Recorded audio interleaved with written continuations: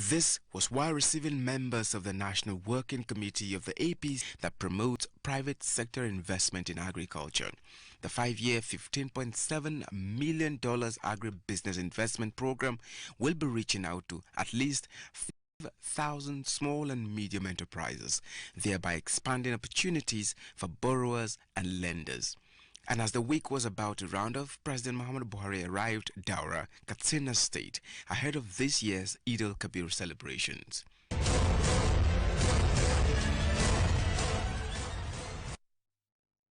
Justin Bem-Unyi with the week in review. Now let's take some stories from the foreign scene. Police authorities say at least 57 people have been killed and 65 injured in a fuel tank explosion in Tanzania. A report says as a result of the incident, flaming wreckage scattered over a wide area as charred bodies lying on the ground.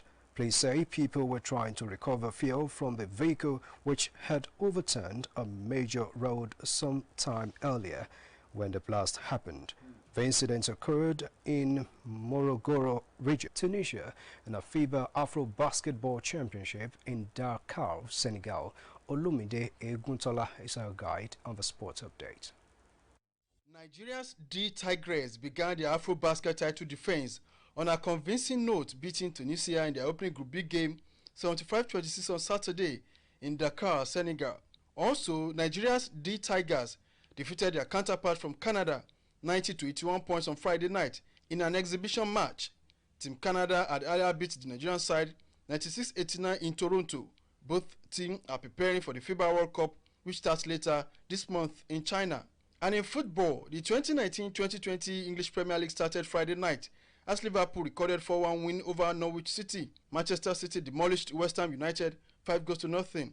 Among other matches slated for Saturday, Manchester United hosts Chelsea on Sunday. Ghana has emerged champions of the just concluded CAVB zone.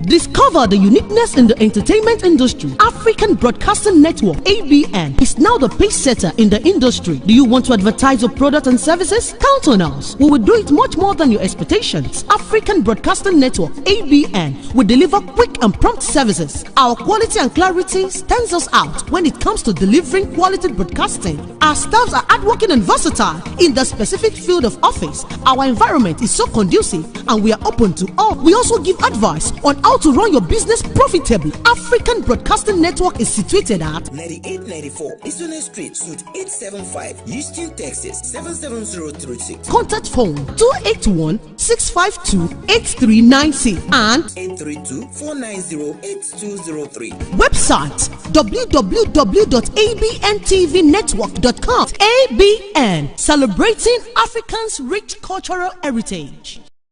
African Broadcasting Network. African Broadcasting Network. It's all about Africa. It's all about motherland. Celebrating rich cultural heritage. ABN, we bring the best. Broadcasting Network. Broadcasting Network. African Broadcasting Network. Oh. Entertainment, education. African Broadcasting Network. Oh yeah. Oh. Information, cultural value. African Broadcasting Network. ABN, celebrating Africa's rich cultural heritage.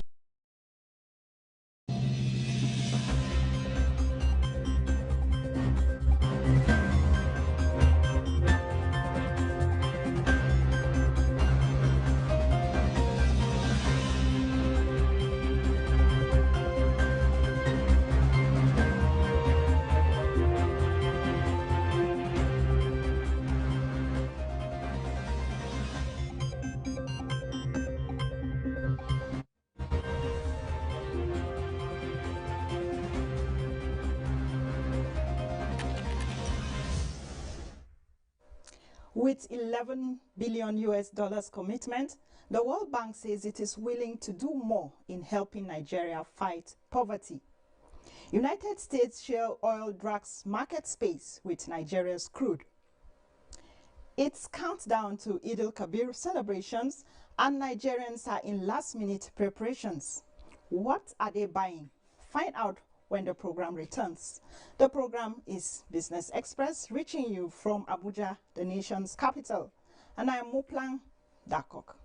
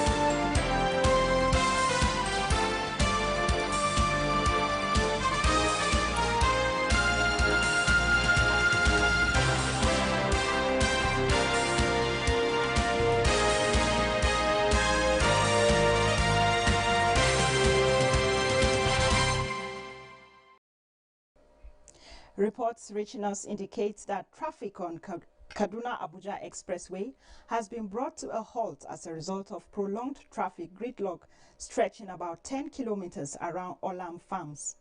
Unconfirmed reports indicate that this was brought about by the killing of a driver by a security operative along the road, leading to protests by drivers.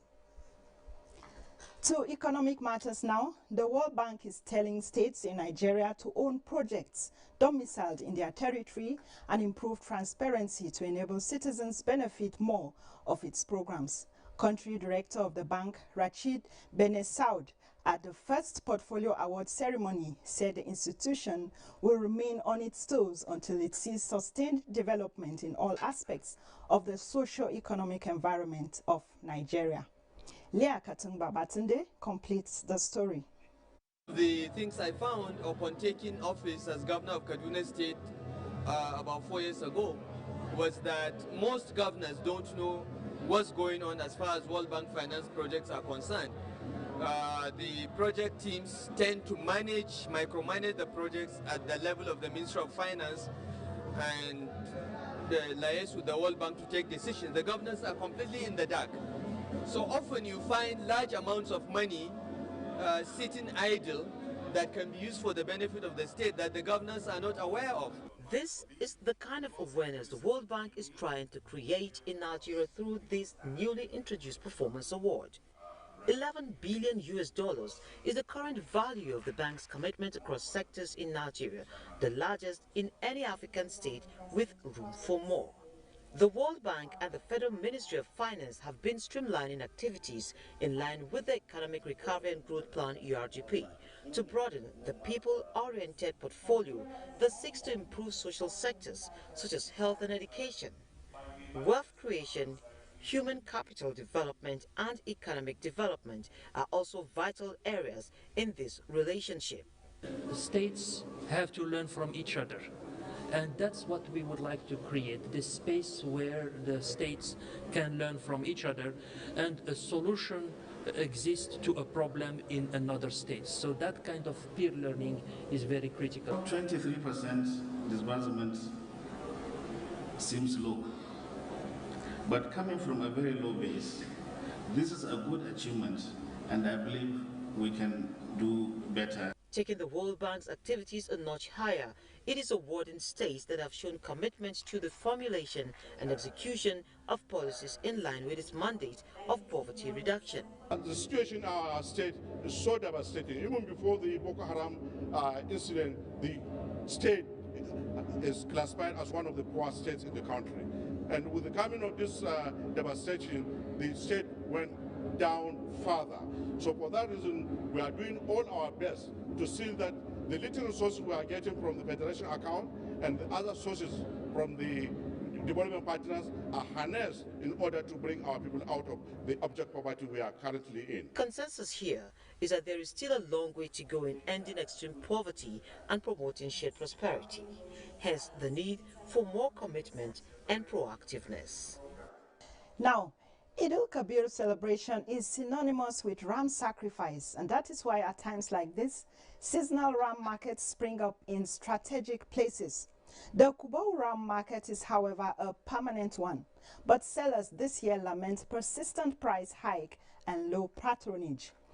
This is consistently low during festive seasons.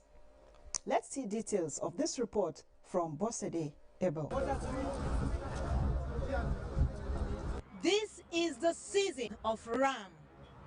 This is Kubo Ram Market.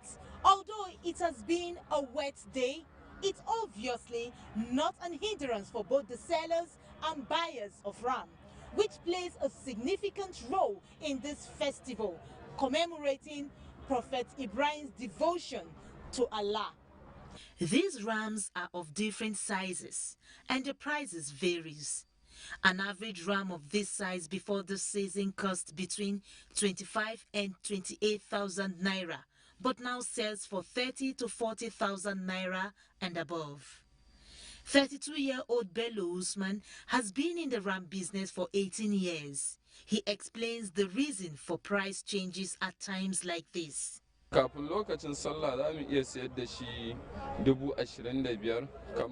this season, this size goes for 25,000, but with the festive season, this goes for 28 to 35,000. This one goes for 45,000, and the bigger ones go for 50 to 70,000 and above. Wannan ya kai 45,000 sannan da kai kuma site din da su kuma sun kai irin 50 60 70 har na 100 ma. You know, say every year people they talk say it's expensive, it's too expensive, but we are selling. We don't say we are selling very cheap now. One thing is, however, disturbing both buyers and sellers: the persistent rains, which has hindered business. While the sellers complain of low patronage, the buyers cry over hiking price. It's not nice at all for buyers, you know. But for the sellers, I'm sure they have their reasons, you know. But for us, I can tell you, it's not convenient at all. It's still the same thing, the same as we bought last year. The same thing. Everything's okay. The weather notwithstanding, there is optimism of more transactions as the clock ticks closer to Saladi. Now let's talk about a different commodity. The federal government says investors in the gemstone and jewelry industry will not face any encumbrance in getting licenses to invest in the industry. The relaxing of protocols is to encourage local and foreign investors to manufacture the products in Nigeria instead of exporting raw materials. Permanent Secretary, Ministry of Mines and Steel Development, Abdul Kadir Muazu, at a business forum organized by the World Bank, believe will reduce the capital flight in the country. In accordance with the policy of this government, and particularly Executive Order 001, for us to attract investment and promote economic activity, we have to simplify our procedures.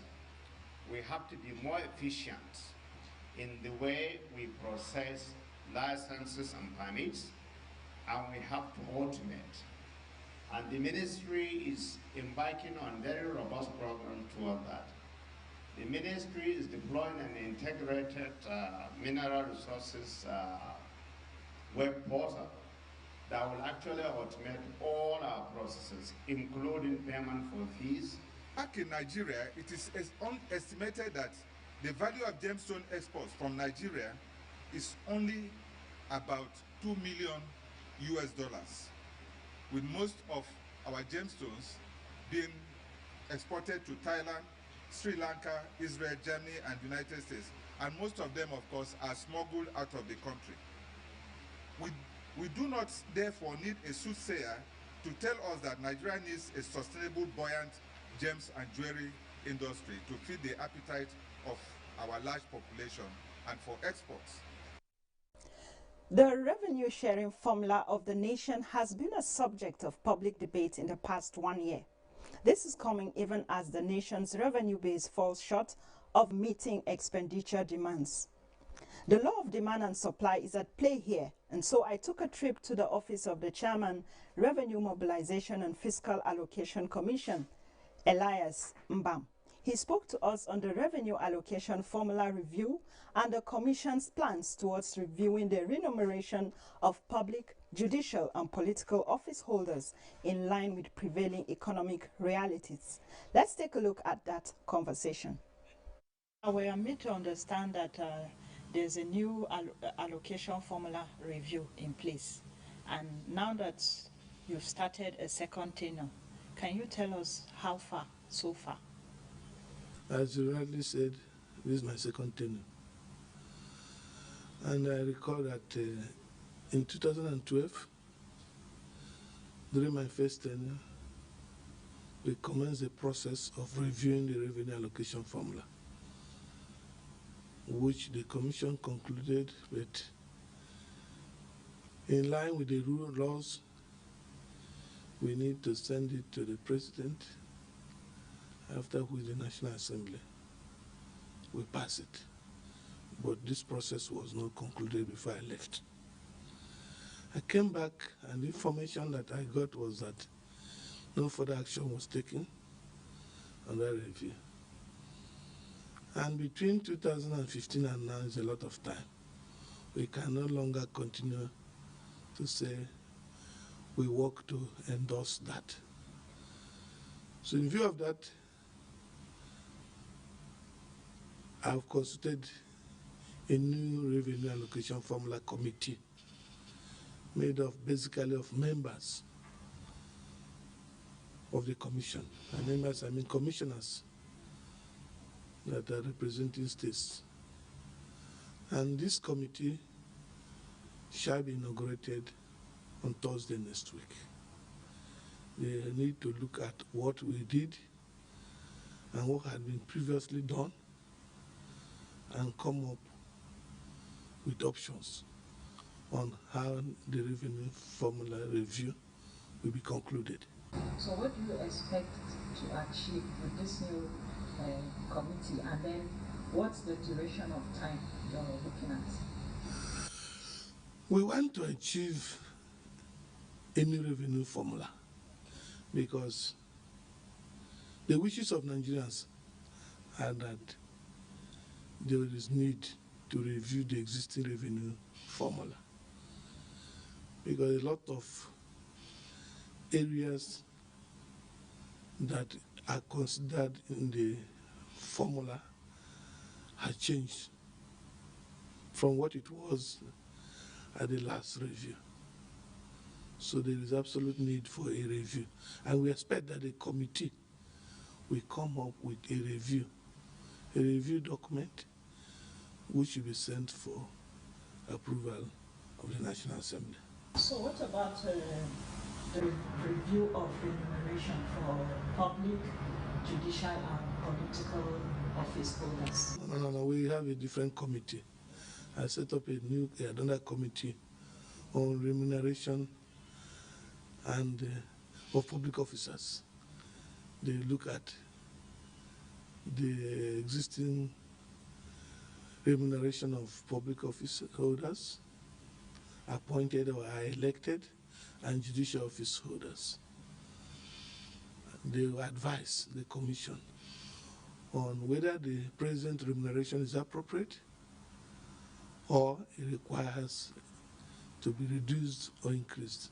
So are you saying this should be sharing news for Nigerian public office holders and judicial office holders? It depends on what the person is expecting.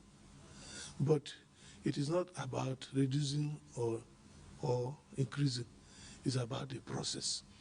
If the process confirms that the present remuneration is not appropriate, we take appropriate action.